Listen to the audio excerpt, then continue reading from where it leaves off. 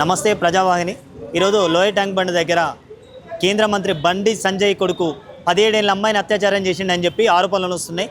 ఇక్కడ మనతో పాటు సిపిఐ నాయకుడు స్టాలిన్ ఉన్నాడు, మాట్లాడే ప్రయత్నం చేద్దాం. అన్న నమస్తే. నమస్తే అన్న చెప్పండి, అసలు ఏంది 17 ఏళ్ల అమ్మాయిని అత్యాచారం చేసిండని చెప్పి ఆరోపణలు వస్తున్నాయి. ఆయన బండి సంజయ్ అసలు నా కొడుకు ఏ తప్పు చేయలేదని చెప్పి మాట్లాడుతున్నాడు. దీని మీద మీ స్పందన ఏంది? అసలు స్వయంగా వాళ్ళ కొడుకే పోయి కరీంనగర్ పోలీస్ స్టేషన్లో అమ్మాయి పైన కేసు నమోదు చేయడం జరిగింది.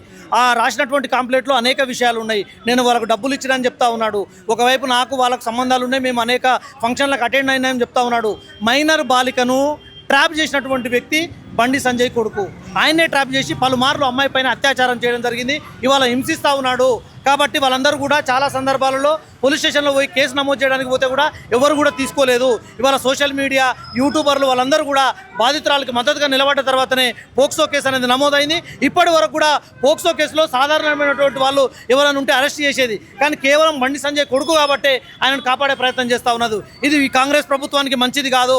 తక్షణమే ఆయనను అరెస్ట్ చేయాలి, రిమాండ్ చేయాలి, బాధితురాలకి రక్షణ ఉండాలని చెప్పేసి సిపిఐ పార్టీగా ఇవాళ నిరసన కార్యక్రమం ఇక్కడ చేయడం జరిగింది.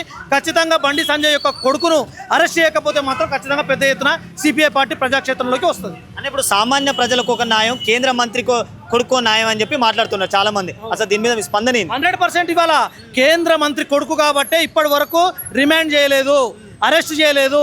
ఆయన పారిపోవడానికి అవకాశాలు కల్పించిండ్రు. ఆయన తిరిగి ఇవాళ మళ్ళీ కేసును హైకోర్టుకు పోయి ఒకవేళ యాంటిసిపేటరీ బెయిల్ తెచ్చుకునే ప్రయత్నానికి సహకరిస్తూ ఉన్నారు. ఇది మంచి పద్ధతి కాదు. మరి కేంద్రంలో ఉన్నటువంటి ప్రభుత్వాలైనా రాష్ట్ర ప్రభుత్వాలైనా తప్పు ఎవరు చేసినా అందరూ సమానులే, దోషులు శిక్షించాల్సినటువంటి అవసరం ఉంటుంది. అది మంత్రి కొడుకు కావచ్చు, సాధారణమైనటువంటి వ్యక్తి కావచ్చు. ఇవాళ మంత్రి కొడుకు కాబట్టి ఇన్ఫ్లుయెన్స్ చేసి ఇవాళ ఈ రాష్ట్ర ప్రభుత్వం మీద, పోలీస్ యంత్రాంగం మీద ఒత్తిడి తెచ్చి ఇవాళ అరెస్ట్ కాకుండా కాపాడుతూ ఉన్నారు. ఇది ఒకటే కాదు, మొత్తం మెయిన్ స్ట్రీమ్ మీడియాను మొత్తం కూడా కొనుగోలు చేసిండు. తను అక్రమంగా సంపాదించినటువంటి అవినీతి ద్వారా సంపాదించిన డబ్బులను తీసుకొచ్చి ఇవాళ వెదజల్లి మొత్తం కూడా మీడియాను మేనేజ్ చేసే ప్రయత్నం చేస్తూ ఉన్నాడు. కాబట్టి బండి సంజయ్కి ఇది సరైనది కాదు.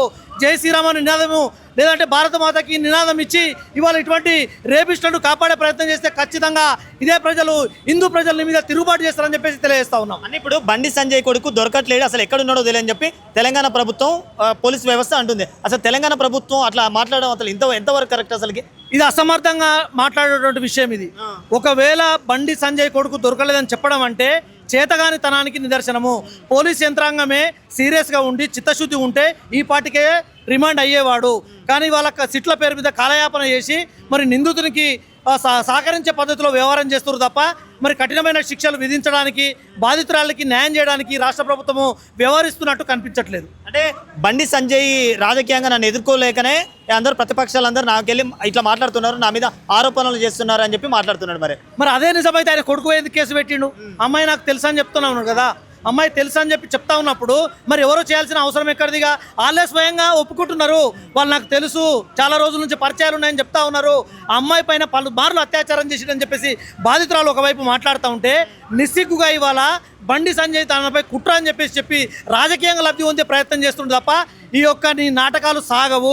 ఇప్పటికే గతంలో నీ కొడుకు ఒక జూనియర్ కొట్టినప్పుడు కూడా ఇట్లే ఎన్కేసుకొచ్చినావు. ఆ రోజు మందలించుంటే ఇవాళ ఈ రేపు జరిగేది కాదు. ఇప్పటికైనా నీ కొడుకుకు బుద్ధి చెప్పి, నీ కొడుకు చేసిన తప్పు కాబట్టి చట్టం ముందుగా తీసుకొచ్చి నిలబెట్టి శిక్షించే వరకు కూడా పోరాటం చేయకపోతే భవిష్యత్తులో నీకు పుట్టగతులు ఉండవని చెప్పేసి తెలియజేస్తా ఉన్నాం. ఇప్పుడు సిపిఐ ఒక నాయకుడు, లీడర్గా, ఓ స్టాలిన్గా మీరు బీజేపీ గవర్నమెంట్కి ఏం చెప్పాలనుకోండి అల్టిమేట్గా? సార్ ఖచ్చితంగా బీజేపీ ప్రభుత్వం దేశవ్యాప్తంగా రేపిస్టులను కాపాడుతూ ఉన్నది. మహిళా లోకం తిరుగుబాటు చేస్తుంది మీ మీద.